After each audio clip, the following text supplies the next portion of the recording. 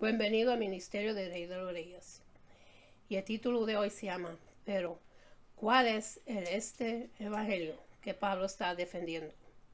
¿Cuál es la diferencia entre el evangelio que Pablo está hablando, la iglesia, y el evangelio? Que de alguna forma, así le llaman estos judaizantes, los cuales eran falsos maestros. Pablo nos recuerda en el versículo 4 de la carta de Pablo, Galatas capítulo 1, versículo 4. Tal como Dios nuestro Padre lo planeó, Jesús entregó su vida por nuestros pecados, para rescatarnos de este mundo, de maldad en el que vivimos. ¿Quiénes somos? Personas incapaces y perdidas. Eso es lo que la palabra rescatar implica en el versículo 4 del libro Galatas. Pero ¿cuál es este evangelio que Pablo está defendiendo? ¿Cuál es la diferencia entre el evangelio que Pablo está hablando, la iglesia, y el evangelio que de alguna forma así le llaman estos judaizantes? Es un falso maestro. Pablo nos recuerda en el versículo 4 que Jesucristo no te rescató. Él nos recuerda quiénes somos. Personas incapaces. En el libro de Romanos capítulo 3, los versículos 10 hasta el 12. Como dice las Escrituras, no hay ni un solo justo, ni siquiera uno. Nadie es realmente sabio. Nadie busca a Dios. Todos se desviaron. Todos se volvieron inútiles. No hay ni uno que haga lo bueno, ni solo uno. Efesios capítulo 2, versículo 5. Que a pesar de que estábamos muertos por causa de nuestros pecados, nos dio vida cuando levantó a Cristo de los muertos. Es solo por la gracia de Dios que ustedes han sido salvados. Personas perdidas. En el libro de Lucas capítulo 19, versículo 10. Pues el Hijo del Hombre vino a buscar y a salvar a los que están perdidos. Y en el primero de Pedro capítulo 2, versículo 25. Antes eran como ovejas que andaban descarriadas, pero ahora han vuelto a su pastor, al guardián de sus almas. Los fundadores de otras religiones vinieron a enseñar, no a rescatar.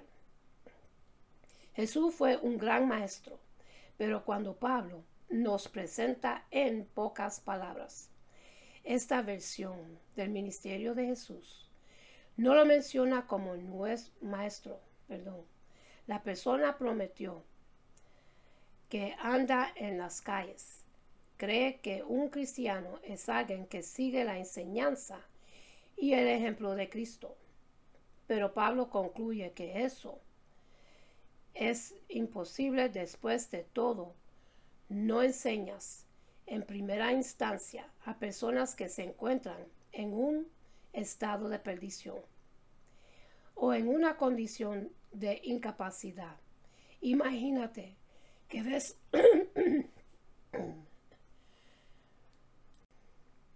Imagínate que ve una mujer que se está ahogando. De nada le sirve que le lances un manual sobre cómo nadar. No le lanzas alguna enseñanza, le lanzas una cuerda.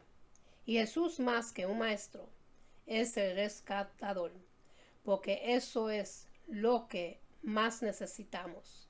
Nada de lo que somos ni de lo que hacemos puede salvarnos. Esto es lo que los teólogos llaman incapacidad espiritual. Jesús fue un gran maestro, pero cuando Pablo nos presenta en pocas palabras esta versión del ministerio de Jesús, no lo menciona como maestro. La persona promedio que anda en las calles cree que un cristiano es alguien que sigue la enseñanza y el ejemplo de Cristo. Pero Pablo concluye que eso es imposible. Después de todo, no enseñas en primera instancia a personas que se encuentran en un estado de perdición o en una condición de nada de lo que somos, ni de lo que hacemos. Puede salvarnos que Jesucristo no te rescató, Él nos recuerda quiénes somos. Personas incapaces, personas perdidas, como nos rescató Jesús.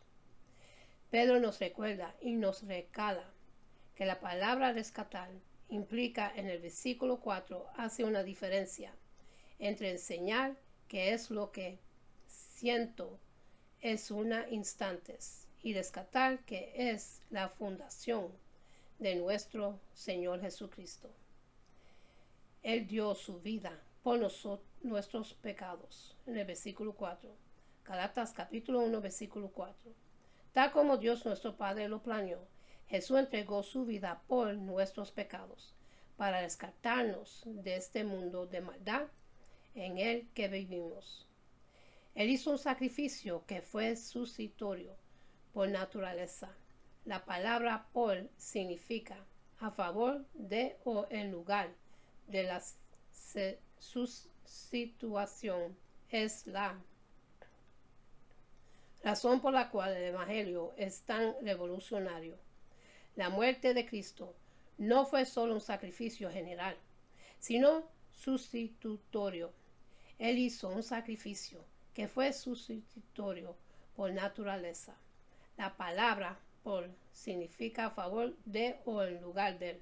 La sustitución es la razón por la cual el Evangelio es tan revolucionario. La muerte de Cristo no fue solo un sacrificio general, sino sustitutorio. Él no solamente nos compró una segunda oportunidad, dándonos otra oportunidad para vivir bien la vida y estar bien con Dios.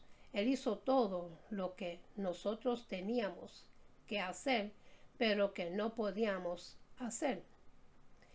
Él no solamente nos compró una segunda oportunidad, dándonos otra oportunidad para vivir bien la vida y estar bien con Dios. Él hizo todo lo que nosotros teníamos que hacer, pero que no podíamos hacer. Si la muerte de Jesús a nuestro favor realmente pagó nuestros pecados, nunca podemos volver a caer en la condenación. ¿Por qué? Porque Dios entonces estaría obteniendo dos pagos por el mismo pecado, lo que es injusto. Jesús hizo en nuestro lugar todo lo que nosotros debíamos hacer hecho, para que cuando Él se convertiría en nuestro Salvador, estuviéramos absolutamente libres del castigo o la condenación. Dios aceptó la obra de Cristo a nuestro favor, levantándolo de entre los muertos. Galatas capítulo 1, versículo 1. Le escribió yo, el apóstol Pablo. No fui nombrado apóstol por ningún grupo de personas ni por ninguna autoridad humana, sino por Jesucristo mismo y por Dios Padre, quien levantó a Jesús de los muertos y dándonos la gracia y paz que Cristo ganó y logró para nosotros. Galatas capítulo 1, versículo 3. Que Dios nuestro Padre y el Señor Jesucristo les conceda gracia y paz. Todo esto fue hecho por gracia, no porque nosotros hayamos hecho, sino según la voluntad de nuestro Dios y Padre. Galatas capítulo 1, versículo 4.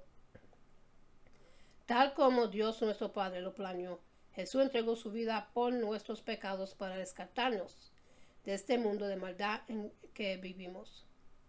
Todo esto fue hecho por gracia, no por nada que nosotros hayamos hecho, sino según la voluntad de nuestro Dios Padre. Nosotros no pedimos ser rescatados, pero Dios en su gracia planeó lo que nosotros nos debíamos cuenta que necesitaban. Y Cristo, por su gracia, vino a lograr el rescate que nunca hubiéramos podido lograr por nosotros mismos. No hay indicios de ningún otro motivo o causa para la misión de Cristo, excepto la voluntad de Dios. No hay nada en nosotros que la merezca. La salvación es pura gracia. Es por esto que el único que obtiene la gloria por los siglos de los siglos es solo Dios. Si nosotros hubiéramos contribuido nuestro rescate, si nosotros mismos nos hubiéramos rescatado, o si Dios hubiera visto algo que merecería el rescate, o que fuera útil en nosotros para su plan, o incluso si nosotros sencillamente hubiéramos reclamado el rescate basados en nuestro propio razonamiento y entendimiento, entonces no podíamos dar palmaditas en la espada por la parte que desempeñamos en salvarnos a nosotros mismos. Pero el evangelio bíblico, el evangelio de Pablo, es claro en que la salvación de principio a fin es obra de Dios. Es su llamado, su plan, su acción, su obra. Y por esta razón, Él se merece toda la gloria por los siglos de los siglos. Esta es la humilde verdad que está en el corazón del cristianismo. Nos canta ser nuestros propios salvadores. A nuestros corazones les fascina inventar gloria para ellos mismos. Por esta razón, encontramos extremadamente atractivos los mensajes de salvarte a ti mismo, ya que sean religiosos. Guarda estas reglas y ganarás la bendición eterna, o seculares. Aférrate de estas cosas y experimentarás la bendición ahora. El evangelio llega y los pone a todos patas para arriba. Dice, estás en una situación tan desesperada que necesitas un rescate que para nada tiene que ver contigo. Y después dice, Dios en Jesús provee un rescate que te da mucho más que cualquier salvación falsa que tu corazón pueda anhelar o perseguir. Nosotros no pedimos ser rescatados, pero Dios en su gracia planeó lo que nosotros no nos dábamos cuenta que necesitábamos. Y Cristo, por su gracia, vino a lograr el rescate que nunca hubiéramos podido lograr por nosotros mismos. El Galatas capítulo 1 versículo 6. Estoy horrorizado de que ustedes estén apartándose tan pronto de Dios, quien nos llamó a sí mismo por medio de la amorosa misericordia de Cristo. Están siguiendo un evangelio diferente que aparenta ser la buena noticia. Nosotros no pedimos ser rescatados, pero Dios en su gracia planeó lo que nosotros no nos dábamos cuenta que necesitábamos, y Cristo por su gracia vino a lograr el rescate que nunca hubiéramos podido lograr por nosotros mismos. No hay indicios de ningún otro motivo o causa para la misión de Cristo, excepto la voluntad de Dios. No hay nada en nosotros que lo merezca. No hay indicios de ningún otro motivo o causa para la misión de Cristo, excepto la voluntad de Dios. No hay nada en nosotros que la merezca. La salvación es pura gracia. Es por esto que el único que obtiene la gloria por los siglos de los siglos es solo Dios. Galatas capítulo 1 versículo 5. A Dios sea toda la gloria por siempre y para siempre. Amén. Si nosotros hubiéramos contribuido a nuestro rescate, si nosotros mismos nos hubiéramos rescatado, o si Dios hubiera visto algo que merecería el rescate o que fuera útil en nosotros para su plan, o incluso si nosotros sencillamente hubiéramos reclamado el rescate basados en nuestro propio racionamiento y entendimiento, entonces nos podíamos dar palmaditas en la espalda por la parte que desempeñamos en salvarnos a nosotros mismos. Pero el Evangelio bíblico, el Evangelio de Pablo, es claro en que la salvación de principio a fin es obra de Dios. Es su llamado, su plan, su acción, su obra. Y por esta razón, Él se merece toda la gloria por los siglos de los siglos. Esta es la humilde verdad que está en el corazón del cristianismo. Pero nos encanta ser nuestros propios salvadores. A nuestros corazones les fascina inventar gloria para ellos mismos. Por esta razón, encontramos extremadamente atractivos los mensajes de salvarte a ti mismo, ya sea que sean religiosos. Guarda estas reglas y ganarás la bendición eterna, o liberales. Aférrate de estas cosas y experimentarías la bendición ahora. El Evangelio llega a los que ponen a todos patas para arriba. Dice está en una situación tan desesperada que necesita un rescate para que nadie tiene que ver contigo. Y después dice Dios en su Jesús provee un rescate que te da mucho más que cualquier salvación falsa que tu corazón pueda llenar o perseguir. Es nuestro evangelio, el evangelio verdadero, ya que el verdadero evangelio es tan crucial y tan a menudo y fácilmente invalado. Esto despierta en nosotros una pregunta inquietante. ¿Cómo podemos asegurar que el evangelio que nosotros creemos es en realidad el verdadero?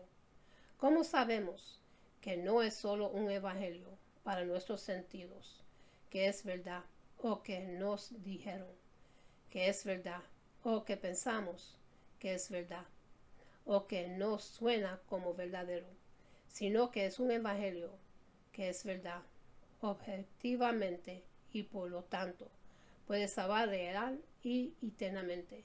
Pablo establece en el lenguaje más fuerte posible una regla para juzgar todas las afirmaciones de verdad, ya sean eternas, de maestros, escritores, pensadores, predicadores o internas. Sentimientos, sensaciones, experiencia. Ese estándar es el evangelio que él recibió de Cristo y enseñó, y que se encuentra en esta carta y a lo largo del resto de la Biblia. Gálatas capítulo 1 versículo 8. Si alguien, ya sea nosotros o incluso un ángel del cielo, les predica otra buena noticia diferente de la que nosotros les hemos predicado, que le caiga la maldición de Dios. Aquí tenemos cómo juzgar a las autoridades externas, por ejemplo, los maestros humanos o los líderes institucionales humanos o incluso pastores. Llaman la atención que al decir nosotros, Pablo mismo se incluye como una autoridad humana.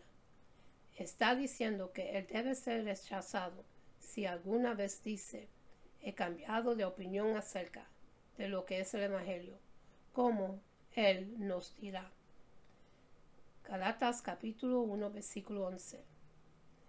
Amados hermanos, quiero que entiendan que el mensaje del evangelio que predicó no se basa en un simple racionalmente humano.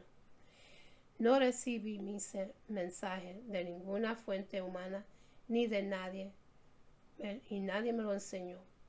En cambio, lo recibí por la revelación directa de Jesucristo. Gálatas capítulo 1 versículo 11. Pablo le está diciendo a los gálatas que lo evalúen y los juzguen tanto a él como apóstolo como a su enseñanza, con el evangelio bíblico. Vivir la vida cristiana le colocará a usted bajo la esclavitud y tendrá que surgir este sistema meticulosamente. Cuando no conduce un automóvil o, por ejemplo, siempre tiene que obedecer las leyes de tráfico. Si usted llega a una esquina y aunque sea muy temprano o muy tarde, por la noche usted se va en la esquina que hay una señal de stop, de esperar. Entonces usted, al observar que nadie está en la calle, mira a ambos lados de la calle que va a cruzar mientras reduce la velocidad sin detenerse y después de tomar medidas de precaución y ver la vía despejada, la cruzada rápidamente.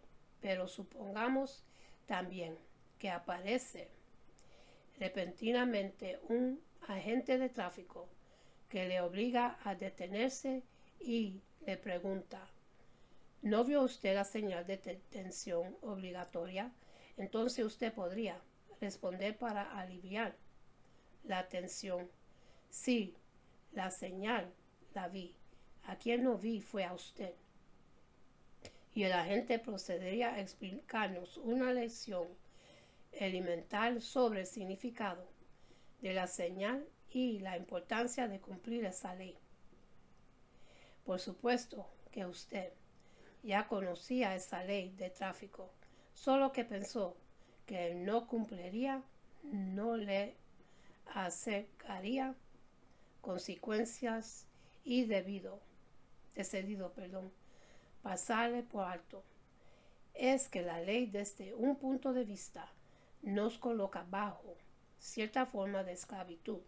Si usted ha de conducir un coche, sería mayor que se coloque bajo la ley, porque es evidentemente que muchos se saltan las señales de stop y causan accidentes.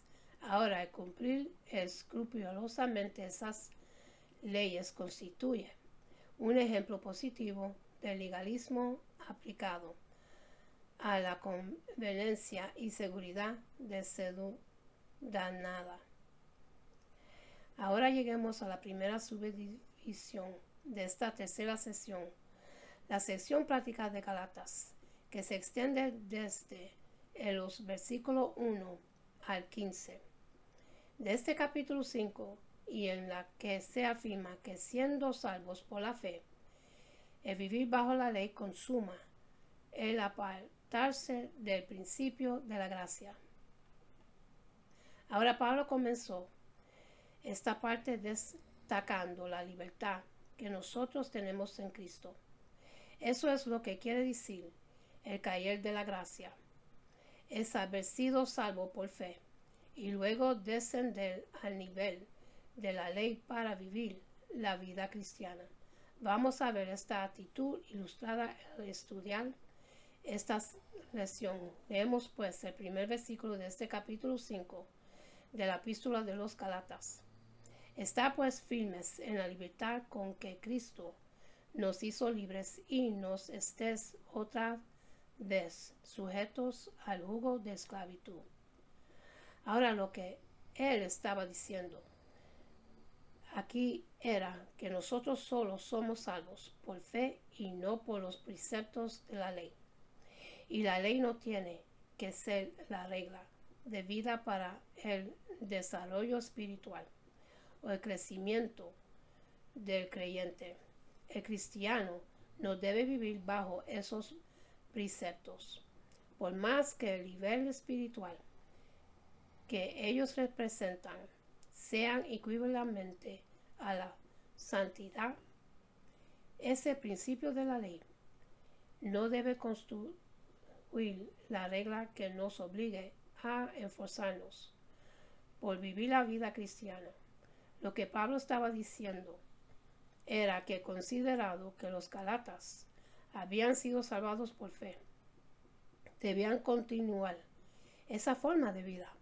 Por supuesto, se refería a nosotros. La gracia de Dios nos proporciona la morada y la plenitud del Espíritu Santo y nos capacita para vivir en ese nivel más elevado que la ley que Dios requiere.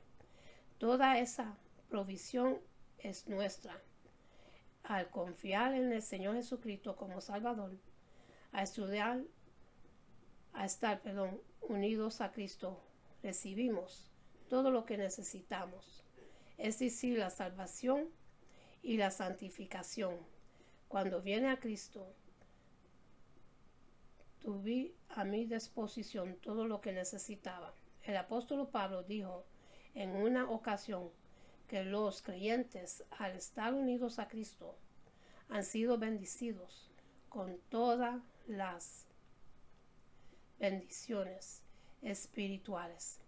Sería mayor que creamos esta realidad expresada en las Sagradas Escrituras, que confiemos de verdad en esa provisión de la gracia de Dios y nos apartemos de todo sistema legalista que nos obligue a esforzarnos en el cumplimiento de ciertas reglas. La Biblia huesca a la iglesia no huesca a la Biblia. La Biblia es el fundamento para la iglesia y la creadora de la iglesia. La iglesia no es el fundamento para la Biblia o la creadora de la Biblia. El creyente debe evaluar a la iglesia y a su jerarquía con el evangelio bíblico como el criterio para juzgar todas las afirmaciones de verdad. Tampoco nuestra experiencia personal es la regla final para la verdad. No juzguemos la Biblia por nuestros sentimientos o convicciones. Juzgamos nuestras experiencias por la Biblia. Cuando Pablo dice si nosotros o un ángel, da un amplio resumen de la correcta epistemología cristiana, como saber lo que es verdad. En Cristo tenemos libertad.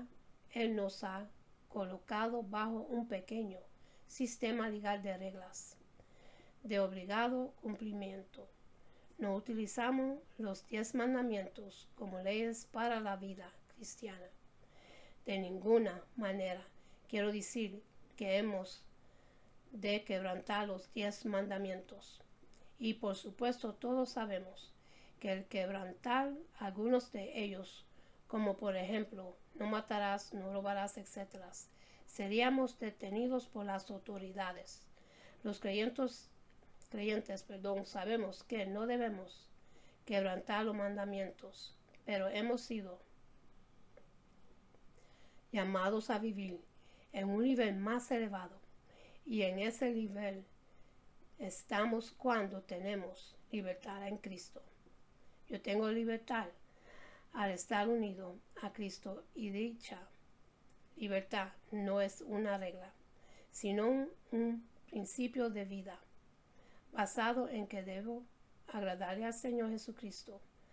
Es decir, que mi conducta debe agradarle a Él. No tiene necesariamente que agradarle a usted ni a ninguna organización, sino solo al Señor. En eso consiste la libertad que tenemos en nuestro Salvador y Señor. Por ello, el primer toque de atención del apóstol Pablo en este primer versículo de la parte práctica de su carta a los Gálatas es una invitación a recordar que Cristo nos liberó para que vivamos en su libertad, y es a la vez un llamamiento a mantenernos firmes en esa libertad, no sometiéndonos nuevamente al jugo de la esclavitud. Con esto termino, mis hermanos, y para los que quieren recibir a Jesucristo en su corazón, para que su nombre esté escrito en el libro de la vida, Repiten conmigo la oración de salvación y dice así: Padre Celestial, en el nombre de Jesús, yo me arrepiento de mis pecados y abro mi corazón para que Jesús venga dentro de mí.